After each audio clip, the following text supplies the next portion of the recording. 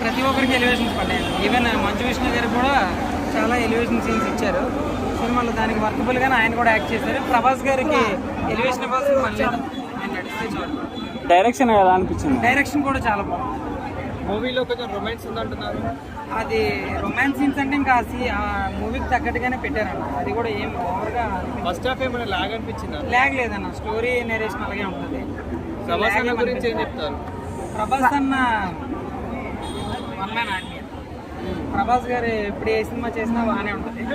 అంటే చాలా మందికి ఇండస్ట్రీలో లైఫ్ ఇచ్చారు ప్రభాస్ అన్న. విష్ణు గారికి లైఫ్ ఇచ్చారని చెప్పలేము.